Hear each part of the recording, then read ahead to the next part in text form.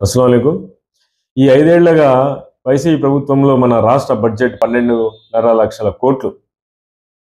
ఈ ఇంత బడ్జెట్‌లో మనకు మైనారిటీకి కేటాయించింది కేవలం 5 ఏళ్లకు కలిపి 5,000 కోట్ల కన్నా తక్కువ.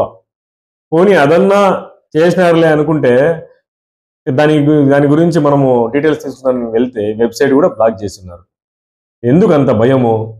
చెప్పిన వాటిల్లో మీరు చేయలేదని ప్రతి ఒక్కరికి తెలుసు. మైనారిటీలకు ప్రత్యేకంగా మీరు చేసిన వాగ్దానాల్లో కనీసం 10% కూడా మీరు నిలబెట్టుకోలేదు. ఇటువంటి స్థితిలో వైసీపీ ప్రభుత్వం ఉంది.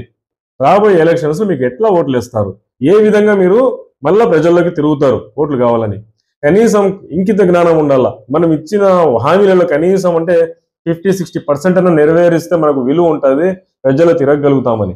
అది కూడా చేయకుండా కనీసం కూడా మీరు చేయలేదంటే ఎంత దౌర్భాగ్యమైన పరిస్థితుల్లో వైసీపీ గవర్నమెంట్ ఉంది, ఎంత దౌర్భాగ్యమైన పరిస్థితిని ఈరోజు ఆంధ్రప్రదేశ్ మైనారిటీ ప్రజలను మీరు తీసుకెళ్లారు.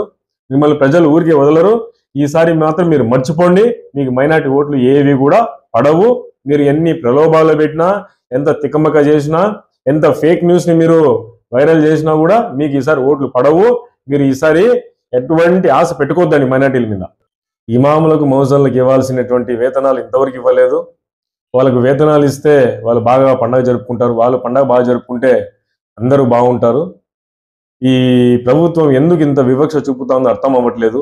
ఇందులో ఉన్నటువంటి ఎమ్మెల్యేలు కానీ, ఎమ్మెల్సీలు కానీ, చైర్మన్లు కానీ ఎవరు కూడా ఇంతవరకు ఒక్క మాట కూడా ఎత్తి చెప్పట్లేదు.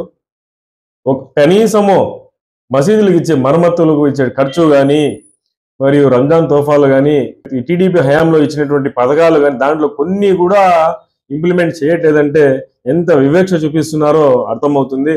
రాబోయే రోజుల్లో ఖచ్చితంగా మైనార్టీలు తగిన బుద్ధి చెప్తారు. ఎందుకంటే కనీసం మౌజన్లకు, ఇమాములకు కూడా వేతనాలు ఇచ్చేదానికి కూడా మీకు మనసు ఒప్పట్లేదంటే దీన్ని ఖచ్చితంగా మీరు అనుభవిస్తారు.